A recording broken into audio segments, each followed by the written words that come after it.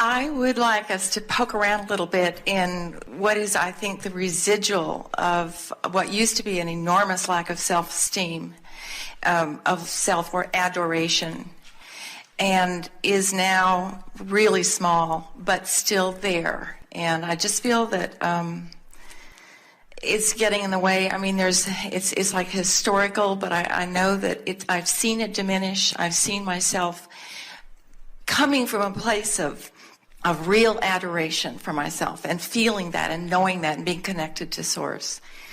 But there's a place where I get stuck. It's like when you started out this morning, you were talking about going for a walk, putting myself first, and that's what I don't seem to be able to take care of some of the things about myself physically. You know, I mean, I'm so strong and I'm so healthy and I'm so joyous most of the time. But there's this little piece left where it can just stop me in my tracks. We do want you to put yourself first in the sense that your only perspective is through the eyes of self. And so as you find thoughts that feel good to self, now you're connected to your source, and now you have plenty of resources that you can flood to whatever is your object of attention. But we see a lot of people who are joyously helping others, and it seems overtly putting others first, and in doing so they are having great satisfaction and joy in the process of it. In other words, a mother who tends to her child is certainly putting her child in the position that you would call first, but she is getting enormous satisfaction from it because she is fulfilling something that she's intended for a very long time. So there's discord in that. The discord comes in doing something for someone and resenting doing it. In other words, you are putting yourself first when you are serving others and joyful in the serving. The discord comes when you are feeling that your resources are limited and there's not enough of you to go around, and so you are doing it out of obligation rather than out of wanting to do it.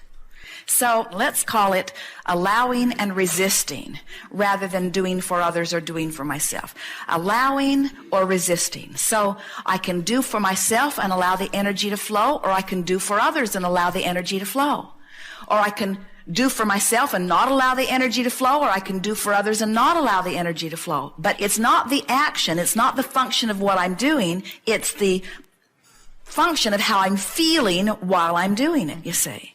So as we've been talking about these different emotional set points, we can feel, as you said in your very clear words, that you have come a long way. In other words, you can feel that you have been coming more and more into self-approval. It's something that everyone is born doing, and then many of you lose as you're trying to find your relationship to everyone else around you, and then most eventually come back around to it. In other words, you always do when you make your transition. Sometimes you see very little ones selfish enough to kick up a ruckus in order to make sure they get what they want, and very old ones selfish enough to kick up a ruckus to make sure that they get what they want. But in neither of those cases is there alignment in the way we mean it. In other words, we don't want you to think that you have to kick up a ruckus in order to demand something from someone else. We want you to understand that the entire universe is ready to comply with you. You just have to find the balance that lets the universe comply. And so the way you selfishly put yourself back in the place that you allow well-being to flow to you in the way you deserve and in the way that is absolutely normal is just through trial and error. In other words, you throw some fits and see where it gets you. Some fits and see where it gets you. And you soften and appreciate and see where that gets you. In other words, it truly is person by person, subject by subject, just feeling your way until you feel it click into place. It really, really is that.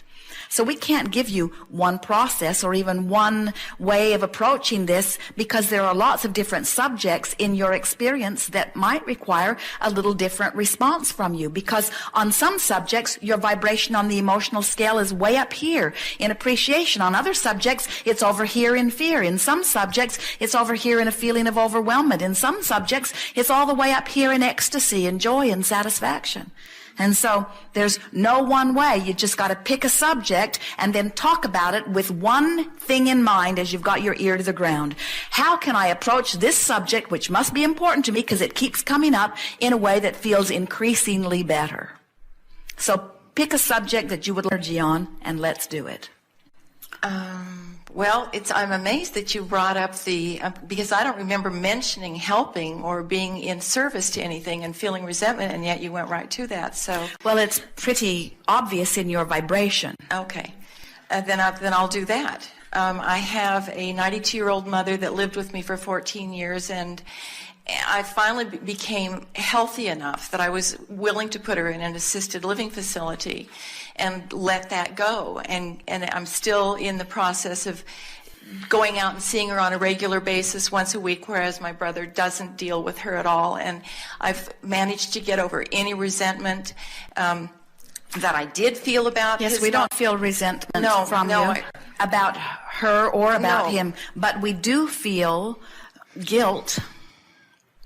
Are we getting it from somewhere else? In other words, talk to us about that just a little bit. Well, she is senile, and that would be something else I'd like to ask you. Just basically, is it the same as any other dysfunction, physical dysfunction? It's the way many people begin their transition. In other words, if someone is no longer focused in a way that they are calling life through them here, but they are still beating the drum of not believing that they have fulfilled the reason for being here, then they set themselves up in a situation where they can't go and they can't stay.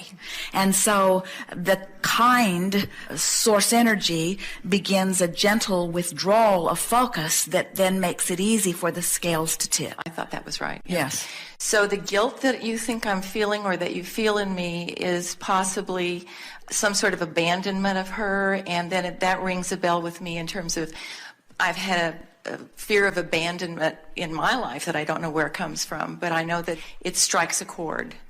Well, when you think about it, think about coming into this experience and being dependent for a time upon someone like your mother, and never really ever feeling like she was fulfilling the role that you would have liked her to have fulfilled. And so even though she was physically there, it never really felt like it quite fit into place in the way that it should have. And then we're not just talking about you, although we are. We're talking about almost everyone.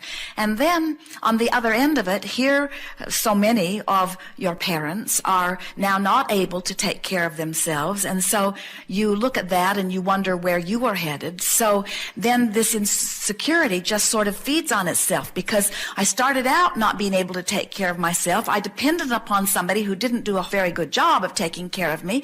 And now I see that that person who didn't take very good care of me is now needing me to take care of, and then what's in store for me? In other words, you just can't focus. You can't go there every week and see all of those people that are not able to take care of themselves without it activating within yourself some worry about where you are headed. And what we want you to feel is that the universe will provide anything and everything that you want. And when you say, my mother was my sole provider, which was truly not true, in other words, wholly not true, not even close to being true, just as you were not her provider and are not. In other words, there are so many resources. This universe will accommodate all of you in delightful and effective ways. You just have to let yourself off the hook as being one who must find a provider. In other words, here's what we are saying. You're wanting to see universal forces. Call it God, call it inner being, call it universal forces, call it source energy, call it this energy stream of well-being, call it whatever resonates well with you when you name it. But try to accept that it will always provide for you. It always has, unbelievably. Well, that's good. That's a good vibrational place. Now, if it always provides for you, does it always provide for everyone else? If they allow it. And if they don't allow it, can you fill that void? No, I cannot. So You've come to the place where you are willing to let everyone be their own independent advocate of well-being. You're really ready to allow that? I am. Coming from a place of being a fixer of everything. I would fix people to death till they were on their knees, and now I don't do that. So we believe you. We can feel that vibrational trek that you've made. So now, where are you and what do you want us to help you with? It's almost like there's a dichotomy. There's a dual personality in the sense that sometimes when I'm out in the world, in the flow, I am in sometimes ecstatic joy. I just feel there's an Abarham tape in my car all the time. I've been focusing on it for 7 years. I've made incredible changes in my life. And coming from a place of literally self-loathing that I wasn't even aware of. And now I've processed it to just this occasional, when I'm almost like when I'm exhausted and I don't give myself permission to go to bed early. I want to value myself to the point that I can joyfully get up in the morning and go for a walk before anything else happens. I want to feel that I deserve to go to bed at a reasonable hour. What keeps you from getting up in the morning and taking a walk, which you claim is your heart's desire? Why don't you do that? Who stands in your way? I do. Because it is frivolous, because it is irresponsible, because there are more important things to be done? Exactly, and the biggest whine that I have, and up until a month ago when the last tape came out, which was the first time I'd heard you talk about enjoying everything that you do and not being in overwhelmment, was, it was like reverse. I hit the tape, reverse, forward, reverse, so many times until it finally sank in that if I took pleasure in whatever I did and just turned over and let go the rest, I finally am moving out of that overwhelmment. And this feels like the last little piece of it. If I can now just move into a place where I love myself so much, really, truly love myself so much, that I can get up and not worry about taking Well, there are a lot care of ways of going about that, and we want to guide you to that. But how about this? This is a different tact. How about everything that I think that I need to do is all in order to propel me to some place that when I get there, I think I will be happier. So everything that I am doing, no matter what it is, all of my lists of right and wrongs are all about me getting to a manifestation that I believe then I will be happier. So why don't I take a shortcut and just go get happy? Exactly. We encourage you to test this. This is not a theory that we are practicing for the first time on humans.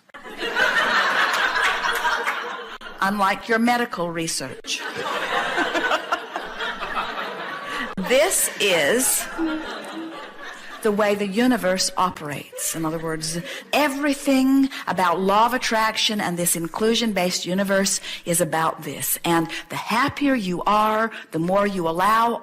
Mm-hmm. So we have an assignment for you. We want you to please you first. And we want you to tell everyone else to take a flying leap. Only problem is, you too.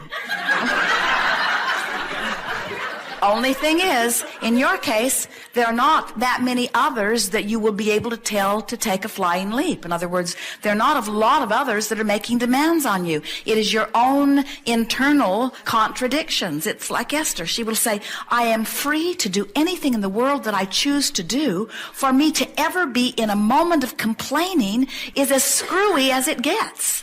Because I'm in charge of everything about my life experience. And we say, yes, but you have these habits of thoughts that are carryovers from when you didn't believe that you were in charge of everything. Exactly. And you sort of have to release them just one triumphant whoosh at a time. Yeah.